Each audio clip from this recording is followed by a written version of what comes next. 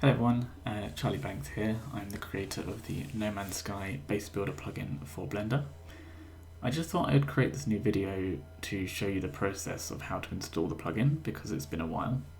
The Frontiers update has been added to No Man's Sky, and I've also added a new tool for browsing the building parts, which I think would be nice to show you in this video. So this video was recorded a couple of weeks after the Frontiers update was released. So just bear that in mind when it comes to the future and other updates get released for the game.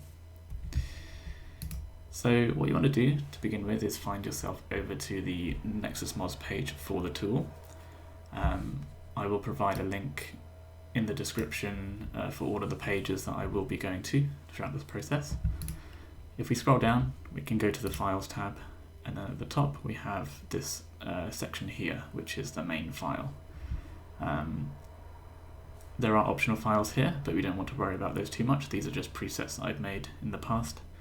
But what we want to do is click on Manual Download, and this is going to give you a list of all of the dependencies that we need in order for the plugin to work.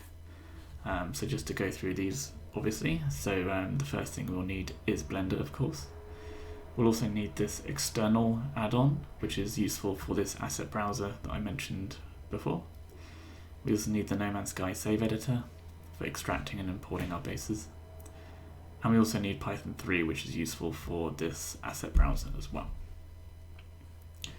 So just to go through each of these pages to show you where to download. So on Blender, you can just click this big download button here on the blender.org website. You can do that, but personally I actually download Blender through Steam. So if you go to the store page and you type in Blender, and then the top result is this Blender option here, and it's completely free. You can download it through Steam, and the benefit of this is that you will also get like automatic downloads the same way that your games get updated as well. So the moment Blender gets updated, you'll get that downloaded as well. So that's Blender. The next thing is the external add-on. So clicking on this will take you to this GitHub page. Now there isn't really an obvious download button here. What we want to do is go to this code button up here on the top right and click download zip that comes up when you click on there. So if you download, that will just download a little zip file to your computer. The next thing is the No Man's Sky save editor. So that will take you to Goat Fungus's GitHub page as well. Now instead of the code button, what we want to do is scroll down, and he's provided a useful download button here anyway. So download the latest version by clicking on this file here. After that we need Python 3, so clicking on that will take us to the Python website, and we just want to download the latest version of Python here. So at the moment it's 3.9.7. You download that, and that'll download like an executable to your computer. After you've got those, then you can just go ahead and download the add-on. This will take you to this Nexus download page. You can just click on slow or fast download depending on your Nexus Mods account. And again, that will download a zip file. So I've gone through and downloaded all of these already. So if I click on this package here, this folder, I have all the files needed here. And as far as Blender is concerned, again, I just have that as part of my Steam library, so I'll be going to that later on. So the first thing that we should take care of is probably Python. So if we just double click on Python, the executable, this might bring you up a window verification thing. We can just click on install anyway. Now because I have Python already installed, it's just going to show me this kind of modify setup. But really all you need to do is just keep on pressing next to kind of step through the process. Once you have that installed, there is something we do need to check, and that is our environment variables. Python should give you the option to do this, but it's just worth checking that these are set up anyway. So if we just press start and type in env, what we want to do is just find this option here, which is edit the system environment variables.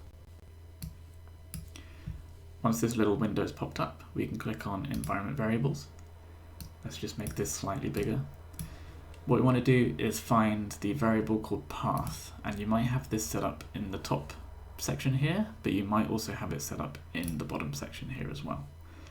It's probably just worth checking both of these just to see if we have the right thing. What we're going to be looking out for is basically the installation directory that you installed Python to. So in my case, it's c/python39, but you want to look out for two entries. One is c/python39 and also one that has /scripts on the end of it. We want to make sure that both of these things are in here. So this might not look exactly how you want it. You basically want to use the installation directory that you used to install Python. It's just in my case, this is what I installed Python to. So we make sure that those are there. We can also check the same for the one below here. So in my case, they are set here as well. So that's absolutely fine. If you want to set them for both, you can do so. We can press OK, and we can press OK again here, and OK to get out of this. Now, before moving on, it might be worth actually restarting your computer because sometimes Windows doesn't take into effect those environment variables straight away. So after you've restarted, we can just confirm things. If we press start and type in cmd, that's going to bring up a command console. If we just type in Python, and as long as we get something like this, then we're good to go. We can get out of this by typing exit with some brackets. And another thing we can check is pip. So if we enter pip, and as long as we get all of this coming up, then again, we should be good to go. Then we also have the NMS save editor. Nothing fancy here. We can just double click on this and go through the installation process. We don't have to set up anything in particular there. Once we have those two things set up, then we're pretty much good to go. We can now load up Blender. So for me, I'll just load up Blender from Steam. And this is a fresh Blender. I haven't done anything fancy to it just yet, so let's just go through the installation process. So at the top left, we have the edit button, and we basically want to install those two zip files that we downloaded. One was the external, and one was the actual tool itself. So if we click on edit and preferences, then we'll have this window, and on the left, we want to go down to add-ons. Now here we just have a whole list of add-ons. Some of them will be enabled, some of them would be disabled. But what we want to do is go to install at the top right. If we click on this, then we just want to find our packages that we downloaded. So in my case, I have them in this folder. The first thing that we can install is this external master zip. We click on this, press install. That's going to sort of highlight this straight away, and it's going to be disabled, so let's enable that. No errors popped up, so I can just kind of assume that that was fine. And then what we want to do is click install again and install the No Man's Sky base builder. We might need to clear the filter up here just to kind of show that, and we can type in No Man's Sky. This is disabled, let's enable that. So now we can close that.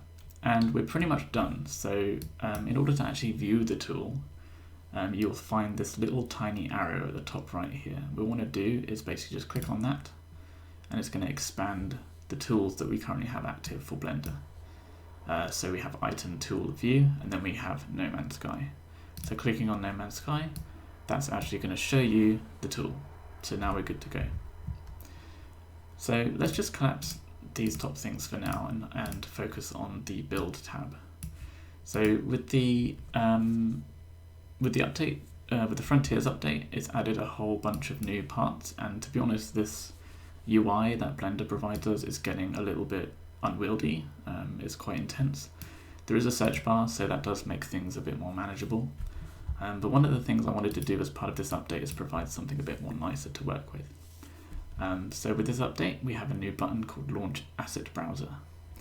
And I just want to kind of show you the terminal as I do this, just out of transparency, because this will install a few more things to Python, and we can kind of see that working when I press it. So let's just toggle the command prompt here. You don't need to do this yourself, but this is just to kind of show you what's going on in the background. So if I click launch, then it's going to go through and do some processing. The reason why I'm showing this as well is that if you click it first, it will take a bit of time to actually load up, because it is doing those installations. But after it's done those, then that's like a one-time thing. So if I close this and I click the launch asset browser, then it doesn't take that long at all to load up. So now I can collapse this. Let's expand Blender, and I can show off this new tool that we have as part of this tool. So the asset browser is designed to have parity with what you actually see in game. So now we have icons to show the part that we're going to build. These are split between tabs, so if you scroll through, these are the same tabs that you'll see in the game. So now we have these timber, stone and alloy structures that we can now create. And if I scroll through, then we also have our other parts that we can build as well. One of the things that this tool does is allow you to save presets, and I've included them as part of this area here as well. So you can go through and create your presets via this tool as well. There is a search bar at the top as well, so if you don't want to faff around with going through these scroll bars, you can just type in something like corner and it will show you all that kind of corner pieces, or wall and it will show you all the wall pieces. So that's just a few convenient things that you can do as part of this thing. Now to kind of show you this working, if I click on a button like the main room for example, then that's just going to put it into the scene, and I can start pressing corridors and they're going to build up. And yeah, it just generally gives you a better sort of organization, a better view of what you're about to be doing as part of this tool. The functions within this sidebar still apply, so this is only for sort of asset management. In order to do like power and color and other tools, this panel will still be applicable and you can still use that, no problem. So yeah, thanks for watching. That kind of goes through the whole process. Hopefully that should be simple enough for you to get started. I will say that the other videos in this playlist still apply, so when it comes to creating and saving presets, when it comes to snapping things together, you can watch those old videos and you should still get a sense of how things work. The other thing is Peter Laan is someone who has also made his own tutorials in Blender. It's worth giving him a check out, and I'll put a link in the description below as well. So yeah, thanks for watching and I hope you enjoy the new tool.